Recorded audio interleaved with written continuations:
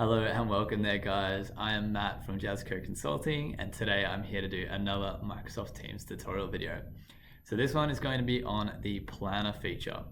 So this is a really handy feature for creating long-term or short-term plans for your business. It shows heaps of data and just makes it super easy for anyone to create tasks as well as track the task progress.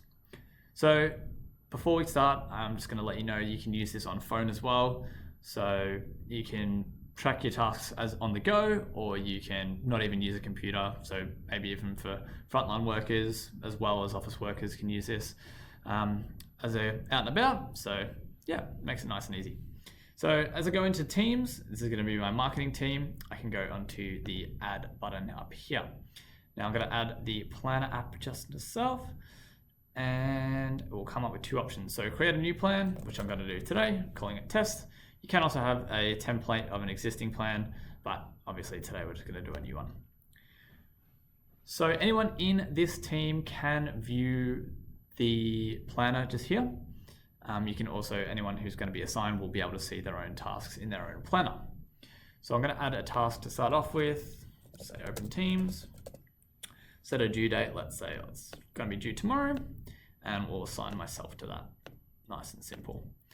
Add the task. So now we can open up the task for more options. So we can say progress status, so in progress or completed, add a priority, urgent, important, medium, say it's urgent, start and finish times, little notes we might want to do, let's just say quick, which we can show on the card, as well as add checklist items. So maybe open, close, anything. Super easy like that. Just for that, I'll show you on the card as well. So what we can do is, when we're in this, what we can do is we can check these off. We can tick them off. So we can say, yep, we've opened, yep, we've closed, and now our manager can see that we've done both of these items on the checklist. Fantastic. So the next section I'll show you is what I like to kind of say is the progress bar. So we can add new buckets. So let's say in progress, and we'll add one more called finished. So now this is just going to be easy to show the progress. So say I'm halfway through, I'm in progress, I can send that to that section just to show the manager that, yep, it's getting done. It's not finished yet, but we're on the way. And then I can also finally move into the finish, so that then we can see that everyone's tasks are finished or in progress or whatever. Obviously be different in different sections, but yeah. Yeah, nice. I'm going to add another task as well called tester, and just add it on the 26. Cool. And assign my friend Helen here. So doesn't really matter too much about that. What we can do is we can filter. So we can filter by due date. So maybe today nothing's due. Tomorrow my thing's due over here on the right hand side, and this week Helen's is due as well. So now we'll get rid of these, and we can filter by priority. So urgent. Mine is urgent. Helen's is only of medium priority. Which is nice, as well as we can also go by assignment. So let's see any work that Helen needs to do, any work that I need to do, that sort of thing, which is really, really nice.